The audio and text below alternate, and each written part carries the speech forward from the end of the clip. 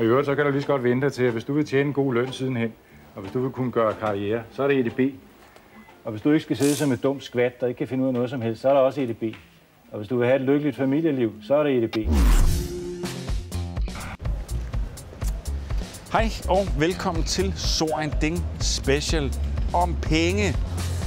Om 28 minutter, så ved du meget mere om, hvad penge er for en størrelse, sådan i virkeligheden.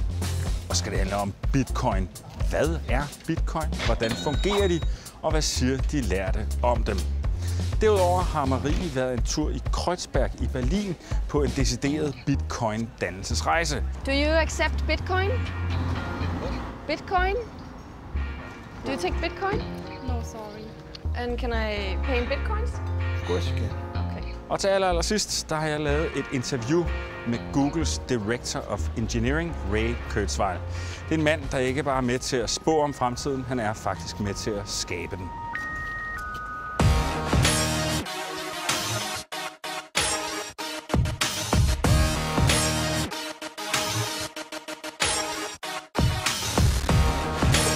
Herhenne, der ligger Ruben og Bobby. En biks, der sælger legetøj, figurer og ikke mindst konsolspil fra dengang far var dreng. Det er Bobby, der kører biksen, og udover de her retro-digi-ting, så kan man også blive klippet. Men grunden til, at vi er her i dag, det er fordi, at Ruben og Bobby, ifølge vores gode kolleger på radioprogrammet Harddisken, er et af de eneste steder i København, hvor du kan betale med ægte, usynlige bitcoins. Og den er god nok.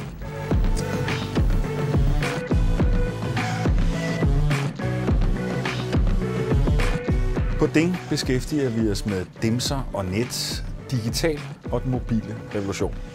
Og ligesom alt muligt andet, altså med undtagelse af litorne og lommeuld, så gennemgår penge som begreb og konkret fysisk fænomen også en rivende udvikling i de her år. Lad mig i flæng nævne Facebook, Credits, Google, Wallet, PayPal, Linden, Dollars, Bitcoin og Smølfebær. Bitcoin er en digital valuta, der er bygget på open source og ikke mindst kryptografi. Omdrejningspunktet med bitcoins, det er, at der ikke er nogen banker, der styrer, eller enkeltinstanser, der overvåger, hvad der foregår. Bitcoins er decentrale i deres natur, og i stedet for at bygge på tillid til banker, stater eller institutioner, så bygger de på matematik, som du ubetinget og altid kan have tillid til. Du kan spille Nintendo, mens du bliver klippet. Ja. Faktisk, hvis du slår rekorden, enten i Tetris eller High Speed, en pinballspil, så er rekorden lige nu 192 i Tetris. 192.000. Så får du 20% på klippet. Sådan. Omkring det her med bitcoins. Mm. Hvordan kan det være, at du tager imod, eller hvorfor tager du imod bitcoins? I dag findes der ca. 11,2 millioner bitcoins i omløb, og hver bitcoin repræsenterer en værdi på omkring 600 kroner. Men som alle andre valutaer, så svinger den alt efter, hvor meget markedet mener, den er værd. Men inden vi kaster os ud i bassinet med nuller og ettaller i den helt dybe ende, så lad os starte ved begyndelsen. Hvad er penge egentlig for en størrelse? Fordi det her, det er jo papir, men det er jo også penge. Det her, det er guld. Det er jo også en slags penge, men hvad er det her værd af dem her? Helt kontant, hvad er penge? Det kan man jo ikke give nogen helt klar definition af. Men penge er det, som folk er villige til at modtage til gengæld for at give dig varer. Her i den her lidt særlige butik, der kan jeg jo også betale med gamle konsolspil. Jeg kan betale med figurer som ham her. Jeg kan betale med alle mulige mærkelige forskellige ting. Men det her med penge, hvor er det ligesom opstået? Ja, penge er jo oprindeligt en vare. Altså hvis en mængde gerne ville acceptere sådan en lille figur og modtage det som betaling, ja, så bliver sådan en figur jo til penge. Det her med, at man bare kan, altså jeg kan skrive en seddel, men den her seddel, den er så meget værd. Hvordan kan det være, at folk de accepterer det? Ja, det er jo det, der er tilfældet med bitcoin for eksempel. Altså det er jo faktisk en slags seddel, altså en digital seddel, kan man sige, som andre er villige til at acceptere. Altså man skriver her så mange bitcoin, og hvis man så er villig til at acceptere det som betaling, for eksempel hvis du bliver klippet, og frisøren er villig til at acceptere bitcoin som betaling, ja, så er bitcoin jo penge. Således fra hestens egen mund. Penge har værdi, fordi det er noget, vi er blevet enige om, at de har. Hvis du er interesseret i en virkelig velfortalt historie om en af verdens allerførste pengesedler, og det her med, at værdien er en implicit tillid til den, der udsteder pengene, ja, så er der et link her og på vores hjemmeside. Nå. Om lidt, så vender vi tilbage her i sofaen, hvor du får komme med din vurdering omkring, hvor solid de her fuldstændige, man kan sige, uden bankindblanding bitcoins de er.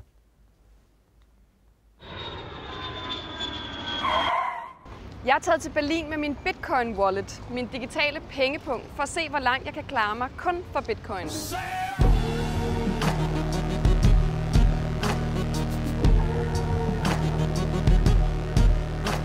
Det her, det er Greifekiez. Det er en del af Kreuzberg. Og Greifekiez er et af de steder, hvor flest butikker, barer og restauranter i den såkaldt virkelige verden modtager bitcoins. Sådan er det i hvert fald ifølge The Guardian, Forbes, Russia Today og mange andre medier verden over. De udråber netop den her del af Berlin til at være bitcoin-hovedstaden. Så lad os se, hvad jeg kan få for mine digitale penge.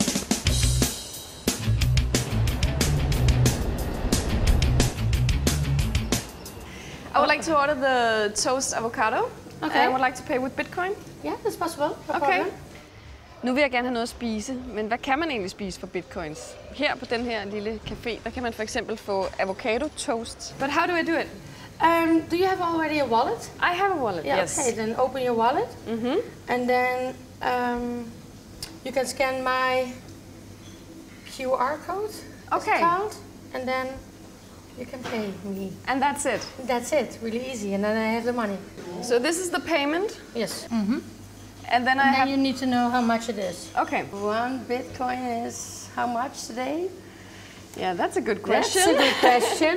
It changes all the time, you know. The whole time. 1 Bitcoin is 28 euros 11. So I write here, No, 0.06. 0.06, så står der 37 kroner. Okay, and then I'm just gonna press send payment. It's the first time that you speak? It is the first time, yeah. Sending transaction. Yes, I have an unconfirmed transaction. Perfect. Cool. So now you have the money.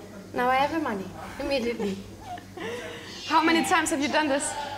It's the third time now. Third time? Yes. Okay. The people are slowly coming now. Det allervigtigste, når man skal betale med bitcoins i en butik eller en café eller den slags, det er sådan set en smartphone. Fordi man skal have en app på sin telefon, hvor man kan scanne QR-koden og sende transaktionen, altså overføre penge til den anden.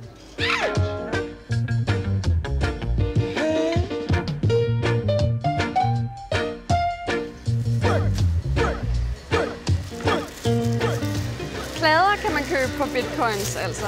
Jeg har købt mig en Reggae Double Barrel brugt vinyl for 0,25 bitcoins. Do you take bitcoin? Bitcoin? You take bit payment? Digital money? Hello? Do you take bitcoin? Hello? Do you take bitcoin? You don't. Oops. Thank you. Do you take Bitcoin? Okay. Can I order a beer? Sure, And can I pay in Bitcoins?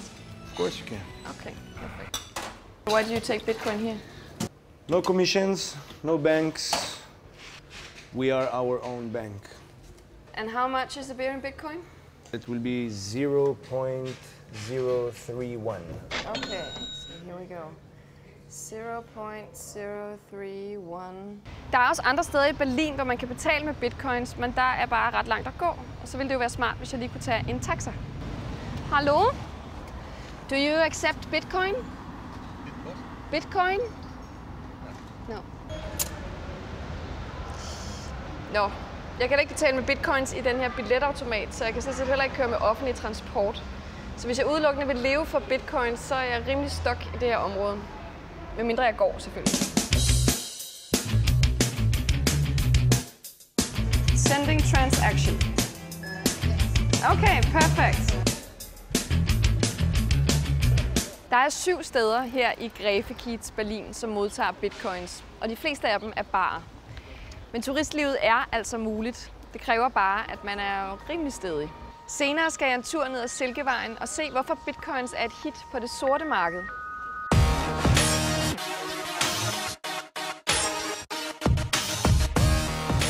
Hvorfor tager du imod bitcoins?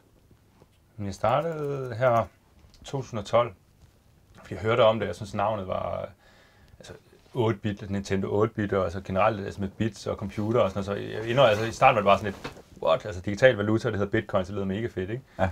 Og så undersøgte jeg det egentlig bare, og så synes jeg, det var fedt. Altså egentlig, i starten var der ikke nogen, der betalte med det. Altså jeg startede i januar 2012, og så kom der nogen, jeg tror det var i marts eller sådan noget, kom der nogen. Sådan semi-tilfældigt, eller fordi det sådan... Ja, men jeg havde skrevet det, og så havde det ligesom bredt sig lidt inden for communityet, at nu var der en frisør, og det var ligesom lidt sjovt også, at der var en frisør, som tog imod det og sådan. Er det for sjovt at modtage bitcoins, eller er det sådan... Altså ligger der noget andet i det? Nu kan man sige, der er fuldstændig proppet med legetøj, at det hele virker sådan lidt... Ja. Lidt mærkeligt, ikke? Jo. Altså det er helt sikkert også, fordi jeg synes, det var sjovt egentlig at tage imod det. Jeg synes også, at rent forretningsmæssigt giver det mening, altså at man får noget PR, eller der kommer nogen, som ikke normalt ellers ville være kommet, ikke? Ja. Og så rent ideologisk synes jeg også, det er sjovt, at man ligesom på en eller anden måde kan sige til bankerne, det er egentlig ikke sikkert, at jeg gider at proppe mine penge ind i jeres, altså jeg behøver jeg måske ikke? Ja. Så de godt kunne tage sig lidt mere sammen måske, altså, end de har gjort tidligere. Men hvis jeg ville, kunne jeg så lave dingpenge? Altså hvis jeg siger, at jeg sætter mig ned i morgen og tænker, det er da en meget smart idé, vi laver nogle dingpenge. Vil det være en mulighed? Ja, altså problemet er jo bare at få andre til at også acceptere det. Altså jeg kan da sagtens lave min egen... Men det går bag. Altså jeg garanterer for de her dingpenge. Jamen altså det er jo det banker gør for eksempel. Altså banker siger jo, at et indskud i en bank, det er penge, det kan man betale med. Man kan betale ved hjælp af sit dankort. Og det er jo sådan set et krav, i virkeligheden et krav, man overfører på nogle indskud, som man har i en bank. Så der er det jo banken, der siger, men det her, det er i virkeligheden et betalingsmiddel. Det er i virkeligheden penge.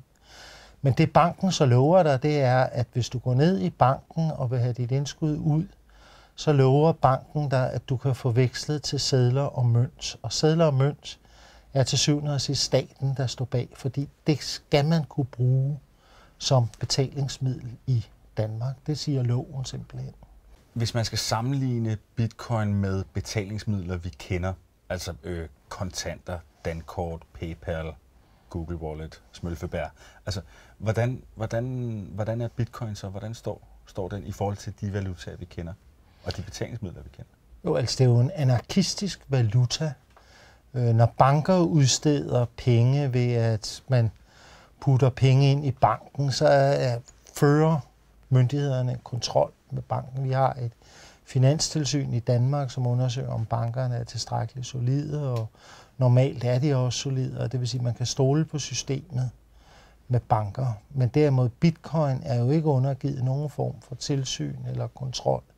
Som du siger, det eneste middel, der er til at kontrollere, det er den her åbenhed, der findes omkring bitcoin. Men altså, kan man helt stole på den? Det vil jeg tvivle på. Så, men på den anden side, så man kan sige historisk set, så kan vi jo heller ikke rigtig stole på bankerne. Altså, de er bundsolide, indtil de står og har brug for en bankpakke. Det er de, men der har vi jo altså set, at når bankerne er mindre solide, og det var der jo risiko for i Danmark, for eksempel i 2008, så siger regeringen til syvende og sidst, og folketingspolitikerne, de siger til syvende og sidst, altså, vi har trods alt stået bag bankerne, vi bliver nødt til at stå bag bankerne, vi giver dem en bankpakke, så de stadigvæk er solide, eller flere bankpakker, der har været tale om i Danmark. Hvor kommer den egentlig fra, bitcoin, den her digitale valuta? Svaret er, vi ved det ikke helt. Navnet Satoshi Nakamoto står bag, men han er tilsyneladende ikke en virkelig person. Det er sandsynligvis et dæknavn for enten en eller flere, der i 2008, lige oven i finanskrisen, besluttede at lave en valuta, der intet har med banker og stater at gøre. Can I have 2 coffee, please? 2 black coffee? Ja. Nu til et afgørende spørgsmål. Hvordan får man egentlig fat i bitcoins? Jeg har lige købt den her dejlige kop kaffe for 0,02 bitcoins. Hvis du gerne vil have fat i nogle bitcoins, så skal du have et sted, du kan opbevare dem. Det første, jeg gjorde, var at oprette en digital pengepunkt eller en wallet. Den sikreste wallet, du kan lave, det er et stykke software, som du downloader på din computer. Men hvis du gerne vil bruge bitcoin ude i virkeligheden, og ikke kun på nettet, så er det smart, at du kan bruge din smartphone. Jeg valgte blockchain, for der findes mine penge oppe i skyen, og ikke kun lokalt på min computer. Og det betyder, at jeg kan få fingre i dem gennem nettet eller via en app på min telefon. Da jeg havde et sted at opbevare dem, så kunne jeg veksle nogle kroner til bitcoin, og det kan man gøre enten med kreditkort eller med bankoverførsel. Men det er temmelig uoverskueligt, og gebyrerne er ret høje. Jeg endte med at vælge et lille dansk site, men verdens største bitcoin-børs hedder Mt. Gox, og 69% af alle handler foregår der. Jeg har vekslet 2.000 kroner til bitcoins. Fordi bitcoin stod i 627 kroner, da jeg vekslede, så fik jeg lige omkring 3 bitcoins. Det lyder jo ikke særlig meget. Men nu har jeg altså digitale penge i min digitale punkt.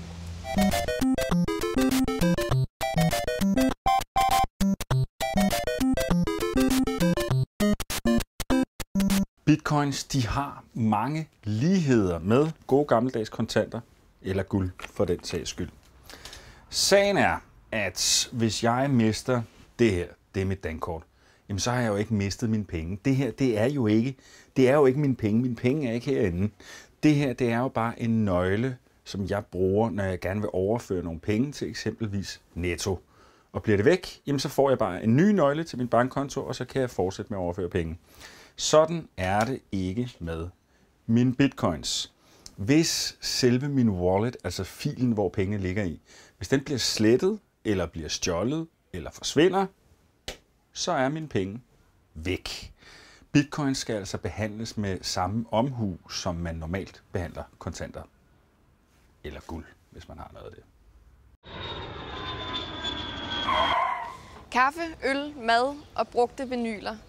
Det er, hvad man kan få for bitcoins her i Gräfe Kiez. Den digitale valuta er stadig ret undergrund og for de få indviede. Men et sted, hvor bitcoins til gengæld hitter, det er på det sorte marked. Okay, det her det er alt det heroin, man kan købe. Ja, altså vi har valgt en kategori nu, der hedder opioids, som er opiumsbaserede stoffer. Vi sidder og kigger på et website, hvor man kan købe stoffer. Og her er det bitcoins, der betales med. Bitcoins er som nævnt uafhængige af banker og stater. De overføres direkte fra A til B ved hjælp af digitale signaturer. Og når der tages de rigtige forholdsregler, kan bitcoins ikke spores. Hvis man er typen, som gerne vil købe stoffer, så foregår det blandt andet i den her park i Kreuzberg. Men det er efter sigende både dårlig kvalitet og ret risikabelt, fordi parken jævnligt ryddes af politiet. Men efter at bitcoin er kommet ind i billedet, så er der en meget lettere måde at gøre det på, og den hedder Silk Road. Jamen, Silk Road er sådan en sikker markedsplads, hvor man kan købe ting, hvor både køber og sælger er for det første anonyme, og for det andet så er det fuldstændig decentralt. Så der er ikke nogen ting i midten, der ligesom regulerer, hvordan man udveksler varer og penge. Så det er sådan en slags hemmelig eBay, kan man sige. Og man betaler kun med bitcoin? Ja, og det er for, at man kan sikre, at transaktionen foregår anonymt. Så jeg betaler med nogle penge, som politiet eller andre, der skulle være interesseret i, hvad der foregår, ikke kan spore. Men hvis jeg er sælger, så kan jeg også sælge, uden at nogen nogensinde kan finde ud af, hvem jeg er, medmindre jeg laver en eller anden fodfejl, når jeg for eksempel skal sende varerne. Hvordan kommer man på Silk Road? Jamen, det er også det, der er lidt specielt ved det, fordi man skal bruge det, der hedder Tor-browseren. Tor er sådan et slags sikkert netværk, som alle mulige mennesker, militære, folk, der er systemkritikere eller bor i lande, hvor man ikke kan være på internettet uden regeringernes indblanding, bruger. Det står for The Onion Router, og det er sådan helt kort fortalt en måde at sende kommunikation rundt i forskellige ringe, før man kommer til det sted, man endelig skal hen. Nu er vi så logget på Silk Road. Hvad er det, man kan få? Jamen, det er jo alt overvejende stoffer. Okay, det her det er alt det heroin. Det er jo ret vildt. Altså, Det er helt vildt. her er der 1 gram afghansk heroin, som bliver sendt fra Tyskland af en sælger, der hedder Supertrips, som har 97 anmeldelser. Så kan du så gå ned og se ham her, heroinsælgeren, hvad han har for nogle reviews. Og så står der, ja, han kunne godt sende lidt hurtigere. Top kvalitet, fantastisk og meget diskret indpakning. Jeg køber igen snart.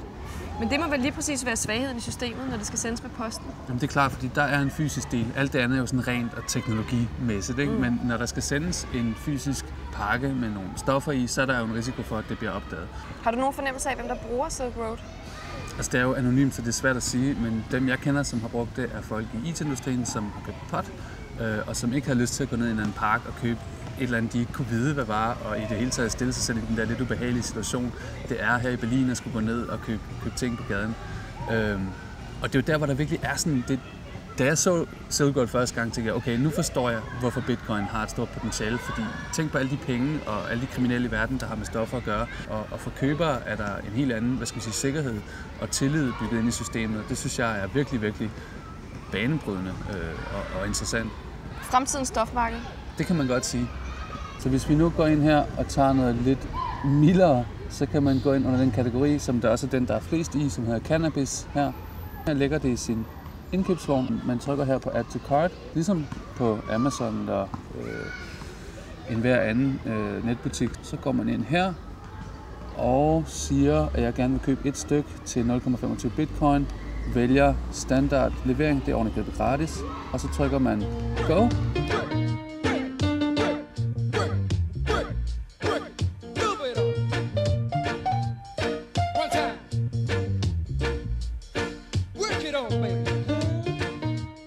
Er du sådan en gangsteragtig?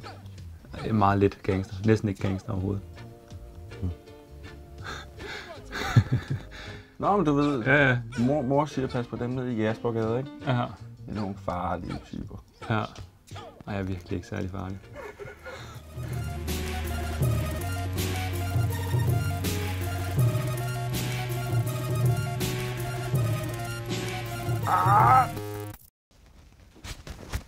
Jeg vil gerne betale, Super. og jeg vil gerne betale med bitcoins. Cool. Så scanner vi lige sådan en QR-kode. Det bliver min første bitcoin-betaling. Vi skal også lige tjekke kursen jo. 0,513 bitcoins. Er det den jyske? Så tager vi 0,5. Spørgsmålet er, om jeg kan scanne med det her program. Det kan jeg vel i virkeligheden ikke. Der er lidt dårlig dækning. Det betyder lidt mere, at jeg kan komme til at betale. Ikke kigge hemmelige bitcoins. Hvor solid mener du, bitcoin er som valuta set? Altså, jeg tror ikke, den er særlig solid, fordi bitcoin vil jo kræve, at andre accepterer bitcoin, at der hele tiden er nogle mennesker, der er villige til at modtage betaling i bitcoin, og det kan man jo slet ikke være sikker på.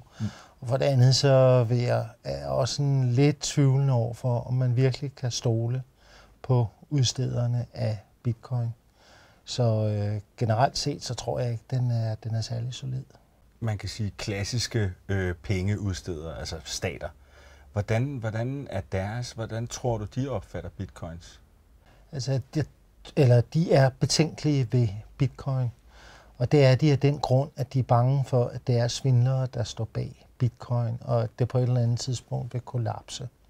Og derfor er myndighederne, altså stater og centralbanker rundt omkring i verden, er betænkelige ved bitcoin. For de er bange for at få et medansvar for at udbrede noget, som senere kollapser. Det kan de vel principielt set være ligeglade med, men de er vel måske udfordret på et monopol?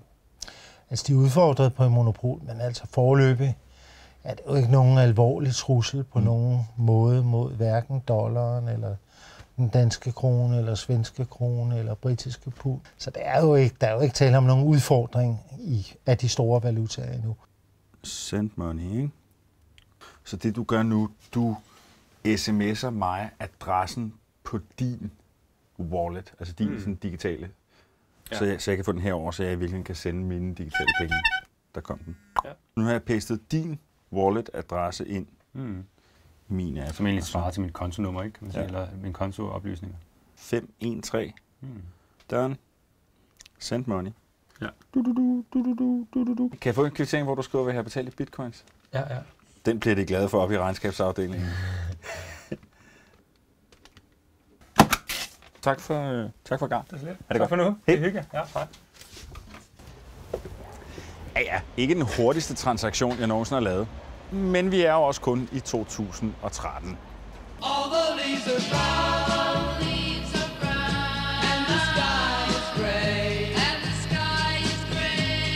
Vi har snydt lidt. Det er faktisk 4 måneder siden, at jeg var i Berlin. Og det er 4 måneder siden, at jeg blev klippet hos Bobby Bitcoin. Og ud fra min Berliner Grafikits Bitcoin-rejse, så må jeg konkludere, at de er blevet blæst lidt op, de her bitcoins, af nogle engelske og tyske medier, i forhold til, hvad den her Berliner bydel faktisk kunne bære. Der er ret lang vej, før at bitcoin er et betalingsmiddel i fysiske butikker. Men til gengæld er det et eller andet sted ret vildt, at man sådan kan købe knak på nettet. Fuldstændig som om det var børnebøger på Amazon eller hvad. Ja, men faktisk så er Silk Road, den her narkohandelsside, jo blevet lukket for et par uger siden af FBI og ham her Ross Ulbricht, manden bag Rødspjældet. Men altså, man kan selvfølgelig stadig købe narko på nettet for bitcoins. Fik du så brugt alle dine bitcoins på narko? Jeg fik brugt nogen. Jeg fik brugt 1,3 ud af de der 3 bitcoins, jeg købte. Og så røg der jo 1 til dig og dit hår. Ja, men jeg gav kun en halv til Bobby Bitcoin, så jeg har stadig en halv tilbage. Så er det faktisk nu, du skal sælge den, fordi kursen den er meget høj lige nu. Den tog lige et dyk, da Silk Road lukkede for et par uger siden på omkring 20%, men nu er den oppe på $165 for en bitcoin. Og den var altså 115, da jeg var i Berlin. Man kunne selvfølgelig også vælge at holde fast på den. Det kan være, den stiger endnu mere. Det er ikke til at vide. Det er svært at spå, specielt om fremtiden. Men i sommer, der mødte jeg en mand, der ikke bare lever af at spå om fremtiden, han er faktisk med til at definere den. Ray Kurzweil er Director of Engineering hos Google. Hele interviewet, det kan du se på nettet, men nu kan du se, hvad han har at sige om det her begreb, vi kalder penge, og hvordan det ser ud i fremtiden. All right. This is your seat. The nature of currency is interesting. I mean, what is currency? It's an agreement of, it's basically a big agreement system among people that everybody respects. You know, even say terrorists who have very different views of society than the mainstream society, everybody respects money. It's this big system of agreements that we have. And it's already been broken away from some kind of physical entity like gold. It's already a very kind of theoretical concept. Everything is going virtual, and already we pay for most things, even just using credit cards or PayPal and so on. We pay for things online. That's going to increase. You know, our cell phones will be able to pay for things. I think currencies are evolving. I mean, there's a particular algorithm behind Bitcoin, and you know whether that really holds up or not is unclear. But I think we will have decentralized forms of currency. Bitcoin is an attempt to create a decentralized currency that's not controlled by countries. I think we'll have emerging currencies like that. We already have, you know, there's thousands of different stocks you can buy. That's a form of currency, and those are decentralized. And hvorvidt bitcoin er fremtidens valuta, er det endnu alt for tidligt at sige noget om. Men en ting er sikkert, og det er, at ideen, udfordringen af, at penge og transaktioner partout er noget, der går igennem banker, det sætter sig varige spor, både i Digiland og her i den helt analoge verden. Søren, er du for en?